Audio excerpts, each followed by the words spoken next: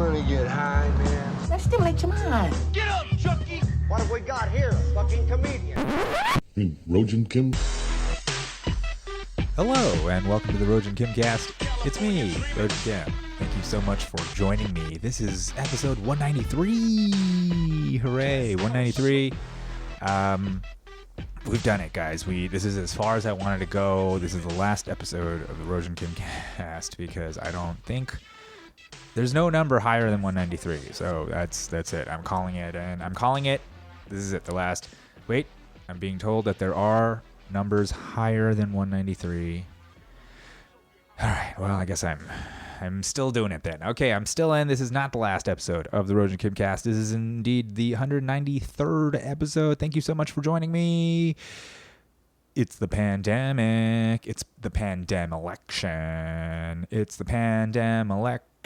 Riots in the streets, and we're now having gunfights with 17-year-olds. Okay. This is what happens when you take Fortnite off of Apple, okay?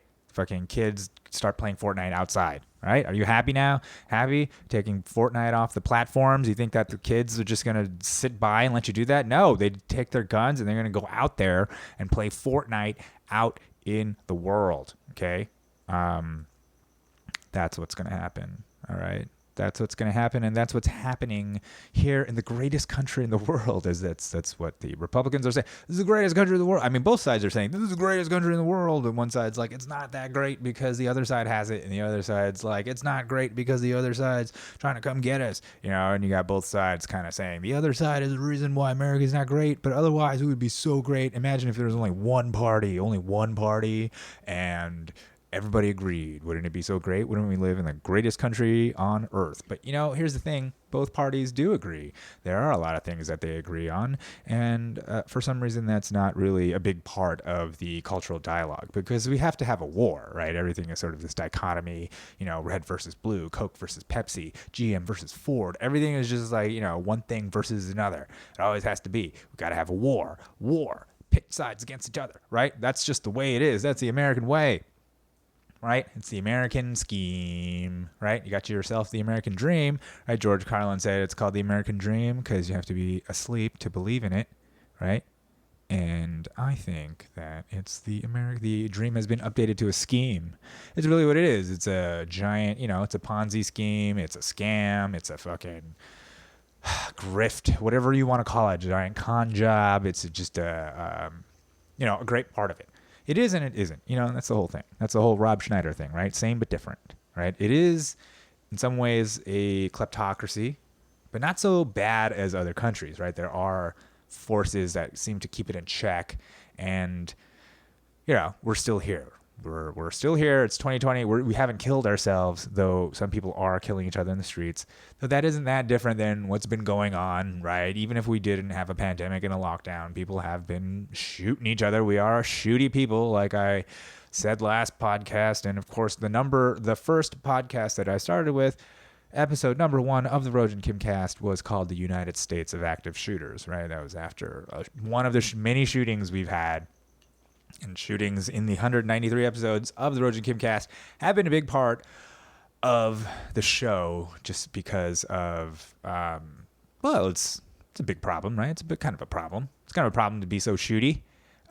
It's one problem among many. It is a problem we focus on, so I don't think it's like, oh, it's a problem we need to really worry about. But I do think that maybe some of the things we don't see are the things that we should really worry about. You know what I'm saying?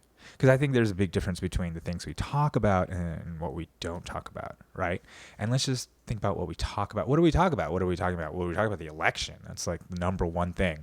The election has been the number one thing since 2016, right? There was no resolution, you know.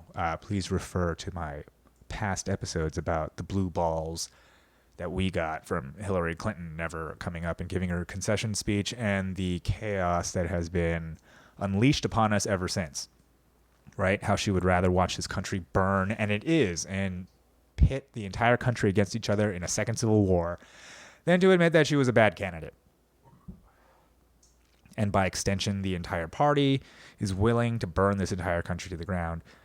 and even with the riots, they're like, it's a mostly peaceful but fiery protest. It's like they're just using these lies and propaganda to obscure, what is really going on, and they're trying to. Seems like, I have no idea. I don't know why they would show you a picture of a fire and be like, yeah, this is peaceful. I don't except to just gaslight you, right? We're being gaslit by the news media. Yeah, the people who are supposed to be telling us the truth, right? And what do they talk about? The election. But what else do they talk about? Race. Everything's about race, right? Black man was shot in Kenosha, Wisconsin. White kid with a AR-15 shoots two. At that point they didn't go. She shot a bunch of white protesters. You think if Kyle Rittenhouse shot black protesters, they'd be like, look, these white supremacists shot white. But he didn't. He didn't, because he was attacked by the white ones, right? Because black people are kind of smart, and maybe there aren't that many in Kenosha, Wisconsin. I don't fucking know. All I know is that everything we're being told to us by the mainstream sources seems to be a half-truth, right? Seems to be a half-truth. And everything that they talk about, it's all through the lens of a war, right? So the election is a war. And then the race thing is a war. It's like racist versus non-racist, anti-racist versus racist, like everything is sort of presented through that. What else do we talk about besides so what do we have going on? What are the main issues that everybody's talking about? Obviously, pandemic, right? That's been also politicized. So that it's like masks versus non-masks. Is it people who believe in the virus versus people who don't? People who believe in the lockdown versus people who don't? All this stuff. People who blame China versus people who don't. Everything's becoming polarized, politicized. Okay. And not for any evil reason, which would be awesome. I wish there was some kind of malevolent evil force, some kind of, I don't know, Putin, it's Putin. Putin himself is dividing the country. And it's not. It's actually, it isn't. That would be so much more comforting, but it's really, honestly, I think it's just greed and indifference. That's how we got here. Nobody gives a fuck, and they're just making money. So whatever, we'll just keep doing it until it's a problem. And now it's kind of starting to be a problem, but you know what? People still make money off of it. So we're just going to, kick the can down the line, So what else do we talk about? What are we talking about? We're talking about in terms of foreign policy, what do we talk about? We talk about how Israel and the United Arab Emirates came to a peace deal. Yay. And now there's peace in the Middle East. This fucks the Palestinians. Don't talk about the Palestinians. Don't talk about Iran. Don't talk about the quagmire of the 7 countries we're at war in. Don't talk about it. Talk about the peace deal. We made a peace. Were they fighting? No. It's complicated, but now it's like they're cool. They're cool with each other. So now everything's cool. Yay. Do we get rid of nukes in the Middle East? No, not really. Iran's probably going to make some, and Israel already has some, and it's kind of like a thing we don't talk about. Oh, here we are back again to things we talk about versus things we don't talk about. So what do we talk about? We talk about Iran has a nuclear weapon, or they're going to get one. They're going to get one? They can't get one. What do? We have to stop a nuclear Iran. But what do we not talk about? Israel has nukes. They do? Yeah, they got nukes. They got fucking... How'd they get them? Oh, there's this whole thing. There's this guy, Mordecai. I forgot his last name. Mordecai something. He was a whistleblower, and he exposed the fact that the Israelis were working on the bomb. I forgot how they got it. They either got it through, I think it was like South Africa or some shit. It was like some kind of thing. So it was nuclear scientist. I think he stole it from America, came over, and then, the story was that Israel is trying to give nukes to South Africa, and then South Africa formally was like, we're not getting nukes. We're not having nukes. Probably with the foresight of like, what's going to happen when the majority takes over? The majority being the Africans. So it was all exposed, right? This whistleblower exposed it, and then the whistleblower actually got set up into a honey trap, and then nabbed by the Israelis, set up by guess who? Robert Maxwell, Ghislaine Maxwell's father. Anyway, let's move on. We don't talk about that. Those are the things we don't talk about. What do we talk about? Well, we talk about how, there's, there needs to be peace in the Middle East, and this is doing it. That's what we're talking about. We don't actually talk about the other stuff, right? Yeah. So that's all the stuff when you're talking about the pandemic. You're talking about this, all the stuff that's, But what are we not talking about? Well, we don't seem to be talking about the wars, right? We got 7 wars. Not talking about that. We're not talking about the fact that overall there's no difference between the outcomes of places that locked down versus places that didn't. There doesn't seem to be any statistical significance between the two things. That's actually, just Google it. You can look it up. It was out there. It's just statistics, okay? I don't know why I can't say the word statistics right now, but I'm trying. I'm saying it over and over just so I can get it out. Statistics, okay? Look them up. Look them up, okay? It's all going down. Everything's going down, but there's also no correlation between the different policies people use, like locking down versus not locking down, which should raise some questions about, was it necessary to destroy the economy? A lot of people were like, we needed to destroy the economy to save lives because without lives, there's no economy. But now that lives are not being destroyed, do we continue to destroy the economy? I don't know. I mean, at some point, the economy is going to get worse than the lives that would have been lost. And then we would wish, we'd be like, God, I wish those people died instead. I wish all those oldies died instead of us fucking eating trash out of the gutter. But whatever. What can we do, right? And that's what it is, And I feel like, why am I obsessed with this kind of stuff? What am I? I'm obsessed with, like, the wars, right? I'm obsessed with, like, the hypocrisy of the drug war, right? The drug war, the war on terror. Those are my 2 main things that I feel like, ooh, this is really part of what is fucking us as a country, like where all our money's going, what's causing all these problems, the police problems, the terrorism, all these things that we're scared of, or the things we talk. That's all comes from the war on terror and the war on drugs. Yet none of those things are talked about. That's not talked about. We're talking about police brutality, defund the police. We're talking about this and that, but not the drug war, right? The infrastructure of the drug war and the militarization of the police that came with both the drug war and the war on terror. You see, and guess who trained the police to be this militaristic? Israel. What is that? The Derek Chauvin kneeling on the neck thing? That's procedure, and that's how the IDF also treats Palestinians. That's what they do. It's part of how they trained. It's an occupying force. The police is being turned into an occupying force, right? Because I think this is my guess, and I'm sure I'm not the first person saying this. I'm sure people are saying this, is that, the quote unquote ruling class, the powers that be, can see the writing on the wall of the disparity of wealth getting to the point where it's just going to be uncontrollable. There's going to be way more poor people than manageable. There's probably going to be lots of violence. So it's just going to be a lot of stuff. So what are we doing? What are they doing? They're sort of pulling back, right? They're pulling out, letting the everything kind of crumble. There's nothing left to save here, and maybe they'll come in after. They'll buy the dip. That's what they say in the market, right? You see the signs. There's going to be a tumble. Stock prices are going to fall. We buy the dip, right? That's what we do. That's what everybody, that's what you're supposed to do in a stock market that keeps going up. Every time it goes down, you buy it and it goes up. Yeah, that's what we do. So I feel like that's what the elite ruling class are doing, is they're stepping out. They're not trying to make things better. They're going to just let it collapse.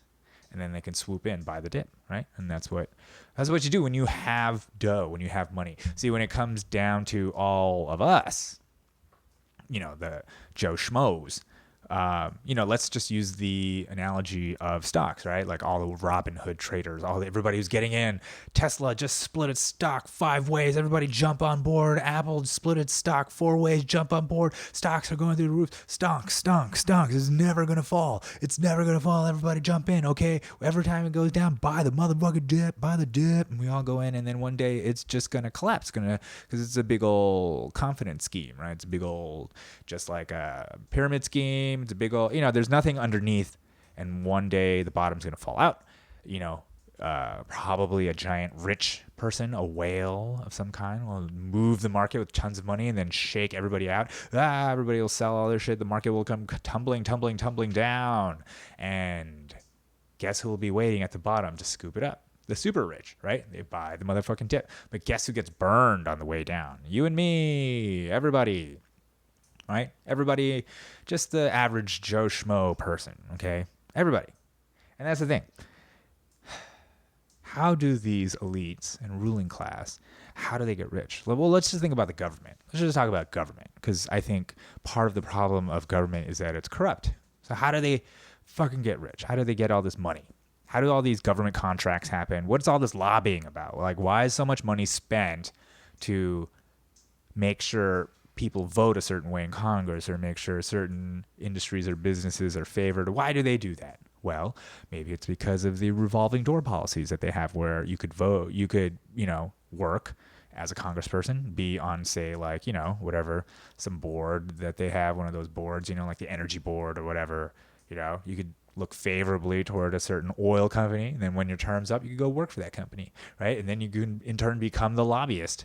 You had all that experience on the other end being lobbied. Now you know how to lobby too. So then you lobby your replacement, and then so on and so forth. And then, maybe you move up the ladder. Maybe you become a senator or something. You run for something else. I mean, that's just the game, right? Game's all rigged because all this money's flooding in there. So it's like corporate money flooding in to Congress to influence them on how to direct tax money, public money, because that's a huge amount of money. All that tax money is what goes into fighting 7 wars. All that tax money goes into bailing out Wall Street. When we had that financial crash in March, they just fucking unloaded 1.5 trillion onto them. They're like, here you go. This will help, right? To make sure that the market didn't crash. The Fed is printing money, and from my studies, what I'm learning is that what that actually means is they're not literally printing money. They're just going out and just buying all the debt. They're just buying all the debt, just buying it all up so it doesn't, collapse, so that people just don't start coming in and being like collecting debts that no one can pay, and then everything just kind of collapses. The government just coming in and being like, yeah, well, I'll buy that debt. Yeah, so that's kind of keeping things afloat, and that's kind of, I guess, how you print money, quote unquote. And where does all that money come from to buy the debt? Well, apparently it comes from the future. Comes from the future. They're taxing, you know what I mean? It's money that they're going to raise in the future that they're going to put toward this. Yeah, we'll totally pay you back. And that's what we say. That's actually what we say to China every year. Haha, that's why we owe them like $1 trillion or whatever. It's because they keep lending us money to buy the stuff they make so cheap so that we can keep borrowing money, and then they can make it by taking that money, make the stuff, send us stuff, then we buy it, they take that money and then lend it back to it. It's a nice little cycle. And that's what everything is. Everything is just a little scheme, right? A little cycle. And overall, nobody's really talking about the underlying mechanism of that scheme, that cycle, how it's all sort of one hand washing the other, just a series of people just kind of grifting the public, making money off the public, just leeching trillions of dollars off of you and me, everybody here, for their own ends, and just extracting it, just taking it out. And of course, nobody's talking about that, right? Nobody's talking about that. Everybody's talking about, the stock market's going through the roof. Stonks, they're going through the roof. Stonks. Everybody, everything is like, why is the stonks? But the economy is so bad, but the stonks are so great. And maybe we should just all buy stonks. Like what's that about? Stocks, going through the roof. Who knows what that's about, Well, I do. It's market manipulation. Well, it's not like I know this. This is just I listen to all these podcasts now about the market, so I know what I'm talking about. No, I'm just repeating what I heard, but these guys think that, it's the Fed fucking dumping all this money. It's boosting everything out. Plus, people are saying it's like people like you and me stuck at home with stimulus, playing with stimulus and unemployment money, and just dumping it into the market, and we're all going to lose it, and it's fine. What does any of that matter when the when the dollar is probably plummeting? Everybody, it's going down. Yay, dollar's going to crash. So maybe you should hold all your money, not in dollars, but in Bitcoin and gold. And then maybe that market will crash and then you'll have nothing. It doesn't matter. It doesn't matter. If you don't have the wealth to survive the volatility of some of the swings that are going to occur as everything just starts going nuts, it doesn't fucking matter. You know what I mean? Like you could put your money in gold, but that gold could become worthless, right? And then you'll have to sell it because there's nothing you can do with it. And then the fucking rich will come and swoop it up, and then they'll pump up the value. And that's just what they do. And so here we are again. That's the American scheme. That's the American scheme. It's tricking you and me to buy into a thing. We put just the fraction of money we have nothing, and yet we put it into the machine hoping to get something out of it, and the machine takes it all kind of divvies out a little bit, throws us a bone here and there, but instead is fighting wars in 7 countries with robots, using robots, not fighting against. If they were fighting robots in 7 countries, I'd say like, okay, maybe that's worth it. If there was some kind of weird invasive robot army that's in 7 countries and we got to save those 7 countries, I'd be like, dude, we got to get in those 7 countries and save these people from the robots. Wait, the robots are bad, right? Yeah. So we're fighting robots, but we're not fighting robots. We're the robots. We have the robot. We're Skynet. Every movie that we made up, Terminator, Star Wars, whatever, where you got like the evil, cold, evil machine sort of empire that's taking over the humanity, the poor, rugged humanity, people who want freedom and liberty. That's now we are the bad guys. We are the empire. We are Skynet. That's us. That's what America is. We have literal robot planes flying over and shit. I mean, it's like the beginning of fucking Terminator 1 or the flashback scenes in Terminator 2, where they're fighting the robots in the future. That's us now. That's what we're doing now to those people. So those people are the rebels, not us. We're the empire. Okay. And meanwhile, you have a galactic empire, you have your Skynet. What about the day-to-day just machines who are just kind of, trying to get through life, trying to buy stocks, just kind of trying to figure out what's real and what's not, you know what I'm saying? Just like, sure, Skynet shows us the bad side of all these robots, the guys that go around killing humans. But what about the guys just like, I don't know, playing with their robot dogs, or the guys who are super into robot trains or something, like I'm sure there's some kind of civilian population of the machine world, you know what I'm saying? Like in the Matrix or whatever, when the machines take over. I'm sure there's just like Joe Schmo machines, Joe Schmobots. I'm sure there's Joe Schmobots. I mean, it can't just be like all fucking super soldiers looking at hunter-killer warriors, right? I mean, or squid monsters or whatever. There's just got to be like just your average robot who just is like, I don't know, it's like Bender, just likes to drink beer and bend stuff, It's got to be. Anyways, they get fucked too. Yeah, that's the whole thing. No matter what the scenario, if you're just the average, below wealthy, if you don't have the asset classes, to manage the dips in the market, the wild swings that we're about to endure, what is there for you? Really, what is there for you? And this isn't some kind of doom and gloom thing. I'm not saying there's nothing you could do or whatever. I'm just saying the system is rigged so that the people with wealth are the ones who are going to survive. They're going to survive the downturn, and they're going to have the assets to buy everything when everything's cheap, when no one can afford it. So then what about us? What about the rest of us? Is that when we take up arms? Is that when we fully invest in Bitcoin? Is that when, that is kind of the whole point of Bitcoin, right? Is that we're trying to extract, instead of the wealth continually being extracted from us from the banking system, it's like a decentralized thing. This idea that like you're going to get away from the banking system and sort of have a way of moving money around that is transparent, truthful, It's the thing. It's the whole idea of like what we talk about versus what we don't talk about. Bitcoin is a thing that nobody is talking about, right? People are talking about it, but nobody knows really is. But it's not like the mainstream media is talking about it. They're not talking about Bitcoin. They're not talking about the rally in gold and silver right now. They're not talking about any of that because all those things actually do. What that means is those things doing well means that the dollar is doing poorly, right? That's another thing we're not talking about. That the value of the dollar maybe collapsing. Maybe it's crashing, especially with all this money printing. Especially with all this buying of cheap assets or whatever, like who's going to have faith in the dollar that it's going to be worth anything later on the line when that all the Fed is doing is buying a bunch of shitty things. Those shitty things aren't going to be worth more later. So what's the point of putting your money in with the U.S. as it buys all this shitty stuff? I don't fucking know. Okay, so here we are. I feel like this has definitely been a rambly one. Have I been rambling? Okay, no, because so I'm talking about the American scheme, okay? Talking about the scheme. Like what all this is just a big old scheme just to take your money. They don't care if you give a penny. That's still a penny they didn't have. That's still a penny of your money. See, they, meaning the government, our government, every facet of government from, and I'm talking about America. I know I have a couple listeners overseas. So I'm just talking about America, like the American revenue base is the taxpayer, right? That's where everything comes from. There's no money it makes on its own. The American government isn't a business, doesn't make anything. It just takes tax money and then allocates it. So we're 7 wars. We have 7 wars, okay, all tax money, right? We have a DEA, a centralized sort of like FBI. We have a giant sort of police state, surveillance state.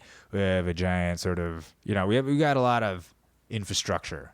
Not the good kind like roads, but the other kind, like where they're listening to everything. They got cops everywhere. They got, that's all money, right? All that. Then they give money to the individual police departments at the county level, the local level, whatever. They give them money so they can buy cool shit like, fucking sonic weapons and like, beanbag guns to put down protesters, more riot gear, just things like that, tanks and whatnot, just stuff you may need in case the shit goes down and, what you have gun battles in the street like you do now. Of course, the cops, I guess they're just staying out of it because they're like, hey, wait, you don't want us around, right? So they're just kind of staying out of it. But really, what are we going to do is have like 3-way gun battles between Antifa, libertarians, and cops? Like, is that's not, we don't need more gun battles in the street. Like, that's just, again, refer to my last podcast about non-lethal bullets, where I make the case for everybody should just have non-lethal bullets, just flood the market with them and just go around. We could shoot each other and then, regret it, and not have to actually kill anybody. All right. But maybe the killing is necessary. I don't know. Who am I? Maybe we shouldn't play God. Maybe we shouldn't try to manipulate the market like the Fed is doing, huh? How about that? Maybe I should practice what I preach and just stay out of it. Stay out of it. Well, I feel like, okay, so this whole thing is about like the lies that we're told, right? Like this whole thing, I don't know what I'm talking about. I'm just rambling about lies, right? That we're told by the media. Let's just talk about the wars. Like, how did we get into these? We had 7 wars. How did we get into the first one? How did we get into any of them, right? If you look back at the record of the media, you could see that they were the ones trumpeting us into war. They were the ones who were like, we got to go to war. So Afghanistan, it was like, oh, that's a given. We got to go in there because fucking Osama was there. But then Iraq, they're like, well, Iraq is sponsoring terrorism, the kind of terrorism that attacked us. So, it's like we got a global war on terror, and so we got to go in there, man. There's plenty of evidence that they're developing a nuke, yellow cake uranium. Remember when Colin Powell went, it was like yellow cake, he had a little vial of it, yellow cake uranium to the UN, and then he lied. It was a lie. It was all a lie. And then Robert Mueller, remember Saint Mueller, who's head of the FBI at the time, spoke to Congress and said, yeah, they got the weapon. We got evidence that we got it off a dude. This dude said it, and then it turned out it wasn't true. No, that was true. And then under the false pretext that the media helped push us forward on, there we go. We went into the wars. And then somehow, so we got 2 wars there. We got one which kind of made sense, and then the other one which made no sense, but we were like, fuck it, we got to do something about these guys, right? So we went in. And then it turned out, dude, these wars fucking suck, especially the second one. The second one, we got the Abu Ghraib, we got fucking, we had Fallujah, we got a lot of people dying, it doesn't seem to be working out. What are we going to do?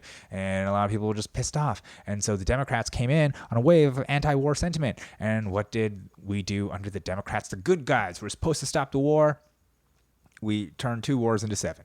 2 wars into 7. 7, not 4, not 6, but 7. I mean, that's pretty. I mean, if you got to give it to Obama again, give it to him. I gave it to him before, but let's give it to him again about being the best president ever. Okay.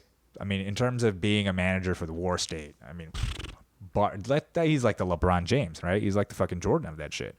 All right. And I know it's kind of stereotypical. Like, black people are better at everything, including being administrators of the war machine, okay? And big ups to him. Anyways, what does all this have to do with anything, right? Well, listen, I was lied to as a kid growing up. See, my dad is now on perhaps his 6th wife, possibly. And every single wife that he had, well, there's two I don't remember. So starting from number 3, 4, 5, those 3, he tried to lie and basically say that they were my real moms. By 5 it was too late. I was like college, so I wasn't working. But we were all just kind of together, gonna just be like, okay, yeah, that's my mom, and you just live in this delusion, and the stepmoms were in on it too, and that we were all living under this weird tyranny of falsehood, right? Like this weird lie. We're just living a deception all together, just pretending that nothing ever happened in the past, and we were always like this. We were always been together. When I was little, my dad told me, when I was 4, the first stepmom, I was like, where was she? And my dad told me, oh, she was in a car accident. We were in a car. We were in a car while he said it. So I'm pretty sure he was just looking around being like, car, we're in a car accident. And then I remember my stepmom, I'm still being like, yeah. And then me being like, okay, well, I guess that's what it is. And I believed them. I was a kid. Why should they lie to me? I believed them. But then that stepmom left, okay, when I was 8. And then a new one came when I was 11, and my dad was like, here's your mom. She's been here this whole time. And I was like, I don't know. But are you sure? And then she was just like, yeah. And I was like, I don't know. And then that one was a little weird because I was going through puberty then, and I was having like, Oedipal. Well, it's not Oedipal because she's a stepmom. She, it was like, I was a boy going through puberty. They're lying to me, telling me this lady is my mom, but she's not my mom. I know she's not my mom. You know what I'm saying? So you don't think a lot of weird psychosexual stuff would come out of that? It did, okay? I just wanted to fuck my stepmom so bad. But that's... Look at the porn now. It's completely normal, right? You think it's in fact, I was ahead of the curve. That's really what it was. I'm a trendsetter. You know what I mean? Like people fucking, it's a common thing when everybody's fucking getting divorced. I'm sure, you get some weird fucking feelings, sexual feelings about stepmoms and dads and brothers and sisters. I mean, that's what all porn is now, right? Like that's the safe incest taboo is the step fucking, right? So there you go. That it was wonders for my mental health for them to lie to me, right? And then the last one, in college, that by that time it was just, I'm just like, yeah, we're all. It's basically like how America is now, where we're just like, yeah, remember the last days of weed being illegal in places like California or whatever. I mean, I'm sure in places across the country where it is illegal, it's probably similar, where you're just like, yeah, weed's illegal. Okay, yeah, it's, we're just all kind of like going along with it and being like, okay, yeah, it's real bad. It's illegal. Okay, and just go along with it. And it's a fucking lie. It's a scam. It's not real. It's just some kind of, it's just a fucking grift. People are making money off of it. And you're just like smoking. All you want to do is smoke it, but they can nail you, throw you in jail, okay, for a long ass time just for being a poor ass motherfucker. If you're a rich ass motherfucker with tons of weed, they don't give a fuck. But just being some guy that they can nail you on because that's money. It's money in the bank. They could take you, use you for labor in prison. That's what they need prison open. Notice neither side, Democrat or Republican, okay, neither side is talking about ending the drug war, right? Neither side is talking about ending the prison labor that's in all these prisons. And guess how you fill those prisons up? With marijuana users, right? Because there just aren't enough drug users to fill them up. I mean, unless we come up with something else. Maybe racists. Maybe we'll just enslave racists. That'll teach them, and then they can make our Warby Parker glasses or something, or Starbucks cups, or I don't know what they make in there. But yeah, let them make it. With little Tesla stocks. Maybe they're all making Tesla stock in jail. Just making it, I don't know, just putting a stock together and putting it in the market, and then you buy it, and then it just goes up. It's amazing business model, and that's what it is, right? So I don't know. We're in 7 wars. My dad is on his 6th wife. Will he have a 7th wife? That's what I'm wondering. 7 wars, 7 wives. My dad is like America. You know what I mean? He just keeps taking and taking. He lies. He lies his way through the thing. He tells everybody he made this, I did this, and then he's kind of just destroying lives as he go, stealing money from here and there. I don't know. I mean, I don't know if my dad really stole any money, or I'm sure he made the money he made. There is some questionable stuff about my grandpa's death, but we don't need to get into that here. I'm just saying, lies. you might think that, what's the harm in lying? Because everything's built on lies, right? Like, it's all marketing. We have a marketing country, freedom, truth, justice. We know that the reality isn't really like that. It is and it isn't. And it's all very complicated, but it's bullshit. Okay, realizing that is healthier than living under the delusion. That's what I'm saying as a person who did live under a delusional mindset, kind of like being in a cult, whatever, but I was lied to. My reality was obscured. It was all a narrative designed to keep me away from the truth because I don't know why. I mean, honestly, because cowardice is the only thing I can think of. Scary. It was scary to tell the truth. My dad was willing to fuck up my mental health and my sense of reality over telling me the truth, over having to swallow his pride, tell me the truth, be like, I fucked up, or, whatever. Like, I divorced my mom, probably because he fucked around on him, like, whatever. Tell me the truth. He was willing to destroy my mental health, my well-being, my self-esteem, my sense of reality over bucking up and telling me the truth. Okay? So that's exactly what Hillary Clinton did to this country. And that's exactly what the country does to its people. It doesn't matter who's in charge. It doesn't matter who's in charge. Don't you see? It's like what we talk about versus what we don't talk about. The things we don't talk about, the war on terror, the war on drugs, okay? The fact that the rich are getting richer, and that all the major things in the fucking CARES Act or whatever, it's just basically transfers of wealth to the rich. And how every single president, going all the way back to maybe Eisenhower or something, has transferred wealth to the rich. It's just an upward transfer of wealth from the working class, the poor, whatever, all the taxpayers, right? And so it's all going upwards. We're not talking about that. We're not talking about how no one's going to get health care. There's going to be no health care, man. You think there's going to be health care? No, of course not, because the insurance companies are all part of this scheme that I told you about of the lobbyists. They're lobbying the Congress. Neither side's going to want free healthcare for all because the insurance companies don't want it, and they're going to be like, you know what? It's not on the table. It's not on the table, just like ending the wars aren't on the table, okay? It's not on the table. Just like when they were impeaching Donald Trump, they passed his military budget and gave him the Space Force. Why would they do that? Perhaps that's evidence of Democrat and Republican collusion for the war state. Perhaps everything is collusion for the war state, and it isn't just the war state. Remember, I told you about Ray McGovern's thing, the Mickey Mat, right? Ray McGovern is a journalist, and he coined this phrase, Mickey Mat, which is, it's not just the military-industrial complex anymore, which was the MIC, right?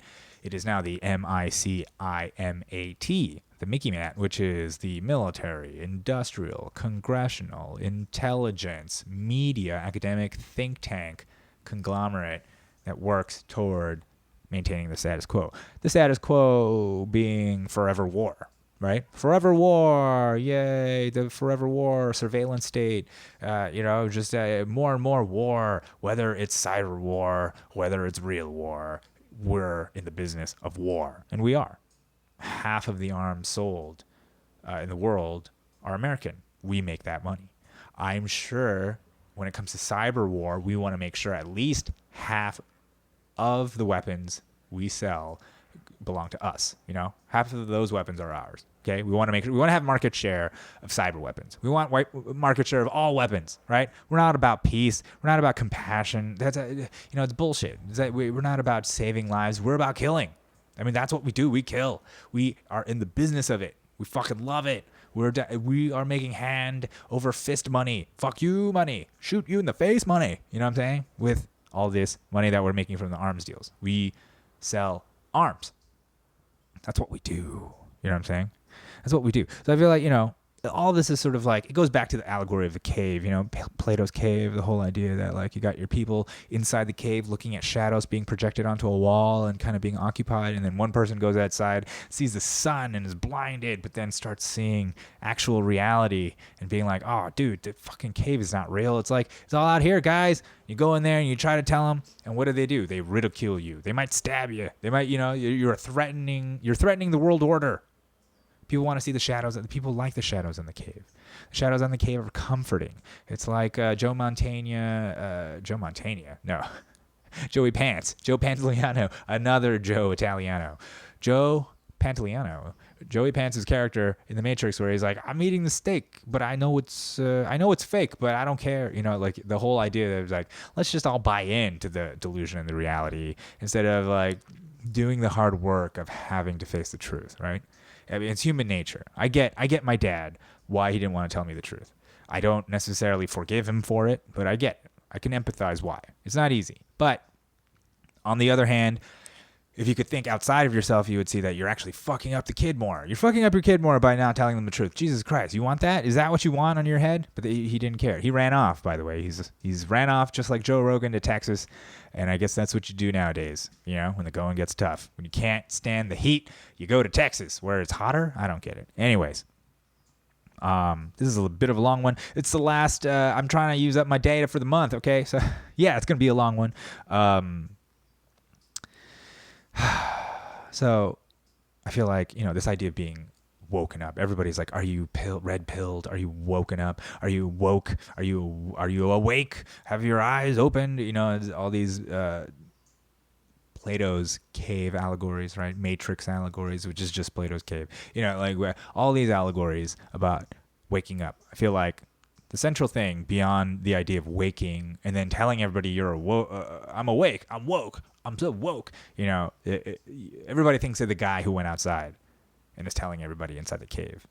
But the thing is, the cave is so sophisticated that there's a whole simulation of going outside. That's actually another shadow on the wall. Another part of the shadow on the wall is you going outside and seeing what you think is reality and then coming back in and being like, hey, everybody. So it's like the second layer of illusion that you can be trapped in instead of whatever is real. And honestly, I couldn't tell you what real is. I mean, I've done a lot of work on my mental health, the mental health that was ruined by my dad from all those lies. You know, I did a lot of therapy. I did psychoanalysis. I did a lot of mushrooms. I did a lot of acid. I've done a lot of psychedelics. I meditate. I exercise. I try to cut out sugar. I try to work on things I eat so that try to see if that affects my mood. We're constantly putting in a lot of work to fucking deal with this shit. And I can't help but thinking maybe this would be a lot easier if my dad had just given me some tools, like one of those tools being just like how to tell the truth about something that might be shitty and then just deal with it. That instead of running away like a coward, creating a web of lies and then not giving a fuck what happens in its wake, which is kind of like what he did, which is kind of like what America does. And that's why I'm so passionate about lies. All right. Passionate about these lies. One such lie that I feel like is going around is in the conspiracy circles about North Korea. And basically the conspiracy is that it doesn't exist. North Korea doesn't exist, they say. It's a CIA thing. It doesn't exist. It's, it's just that Korea is there. In fact, South Korea is there, but North Korea doesn't exist. And North Korea is actually a staging ground for whatever their New World Order things are, because it's like right by China. Maybe China's in on it. Maybe there's a global thing going on. I mean, I think the narrative of the conspiracy kind of spirals around depending on who you think is actually controlling everything. Is it Jews? Is it Chinese? Is it lizard people? Is it underground mole people, rock people, Saturn people, Moloch people? I mean, there's always like this idea that there's some alien or non-human or whatever, or maybe it's a metaphor for a type of human, like a sociopath or something, some kind of tribe of people who are evil, who need to eat babies and bathe in their blood, and they need to do all this in a place called North Korea that doesn't exist. So everything you've seen is like actually and then there's like, well, you've never seen anybody, but we have seen people from North Korea. Well, they're all fake. Well, what the fuck? Like, you haven't even, how come when you have satellite pictures of North Korea, everything's dark? Why is everything, how could everything, because that's how they fucking seriously live. That's how they seriously live. They live like you think. I know Koreans. They want to save electricity or whatever, use it for their nuclear projects or whatever. They'll do it. They got Korean people to believe that electric fans kill them at night in order to save electricity in South Korea. Okay, you don't see these the people fucking spreading these conspiracies have no idea about Korean people. They don't understand how, of course there's a North Korea and a South Korea. It makes complete sense. Anything about Koreans, that makes complete and total sense. In fact, a unified Korea would be a miracle. That's really what would be the miracle. Like, Koreans hate each other, okay? They would fight. There would be an East and West Korea if they could fucking manage it. You know what I'm saying? And you're trying to tell me you think it's fake just because of whatever, whatever conspiracy shit you believe in that also says nukes aren't real, that also says space isn't real, that says nothing is real, every mass shooting is not real, 9/11 wasn't real, nothing's real, nothing's real, nothing's real. So then what the fuck is real, huh? What you say is the flat earth and the whatever, that's what's real? Whatever. Like, I'm supposed to listen to you? I'm supposed to listen to you, the guy who knows nothing. Or the guy who thinks he knows so much, right? I'm supposed to listen to you and not listen to, say, like my own family. Say not listen. I think, and you know what? It's easy for all these people to say that North Korea isn't real because they have no stake in it. They're not Korean. They don't have any family members. So it would be fucking ballsy as fuck for me to come out and be like, "There's no North Korea." I should drive to Texas right now and confront my father and tell him there is no North Korean. You CIA shill. That's why you've been lying to me about my mom's. That's why you had to run away. That's why you had to go to Texas. That's why you fucking could never tell me the truth. That's why you couldn't ever look me in the eye and tell me the truth about each of these fucking wives you had, about your past, about anything you've ever been embarrassed about any of that. The reason why you could never tell me any of the things that are true to my face is because you're in the CIA. Okay? Maybe you're protecting me. Maybe I'd have to be killed if you told me. I don't know. Maybe if you told me that he married some chick that he knocked up and really didn't, it was kind of weird and she didn't like him and stuff, and that was my mom. Maybe that's just, that's not really what happened, and is that he's in the CIA, okay? That's what it is. And I'm going to confront him and tell him that he's a CIA shill, that he doesn't even exist, and all my family that have been kidnapped in North Korea, they're all in the CIA. We're all in the CIA. And you know what? I'm in the CIA, okay? I'm in the CIA. Fuck you.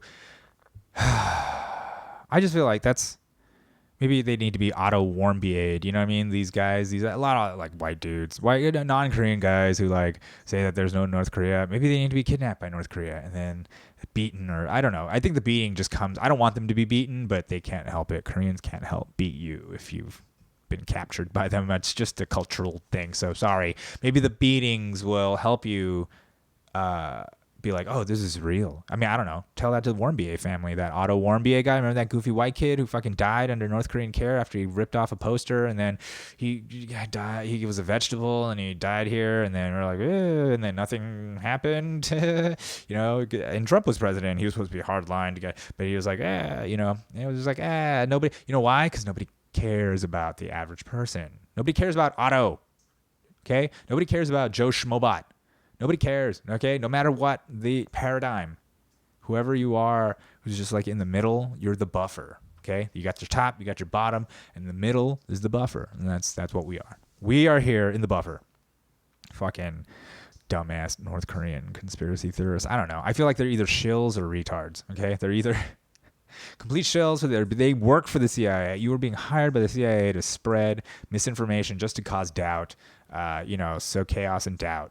All right, because that benefits anybody who wants to create a narrative. You want to create a narrative, you get people to listen to you, sow confusion, and then out of fear will come the belief in what you want. You want them to believe in the Red Scare. You want them to believe that Russia's out there or China's out there or whoever's out there trying to get you. We can do it. That seems to be the only real similarity between the two parties, or the real difference between the two parties is who they want to fight, right? It's like the Democrats want to fight Russia, and the Republicans want to fight China. Okay, that's which nuclear power from the Cold War do we want to fight? Huh? Forget, and that's just because it doesn't matter. Left wing, right wing. It's just two wings of the same mansion. Okay, that's what it is. It's my variation of two wings of the same bird. Two wings of the same, because that is what it is. Two wings of the same domicile of some rich motherfucker, okay, who none of this is real to that motherfucker either. It's just all numbers, and that's all it is. And so here we are. What does that all mean? It means to me that everybody has their own personal cave to deal with. Just like my cave was the shadows created on the wall by my dad, and then by extension I realized those shadows were also just like the shadows created by the government. You know what I'm saying? Created by the people and even people around me. Just people trying to lie to me. People try to lie to me all the time. People try to lie to everybody's trying to lie to everybody. The advertising is trying to lie to you all the time. Constant lying, right? And it just made me more, maybe less susceptible to it just because I'm so heightened by lies, right? Like I can tell, and then I understand that there's a maliciousness to it. It's a cowardice and a maliciousness that just you have to stand up to, right?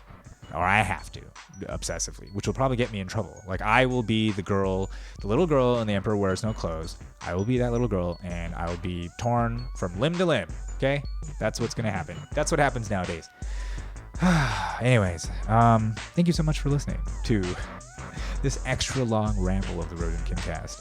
I hope you can please follow me on Twitter, on Instagram, subscribe to me on YouTube, on Spotify, on Apple and Google, and all the major podcast platforms. I don't know why I started talking like that. Thank you so much for listening. Until next time, goodbye.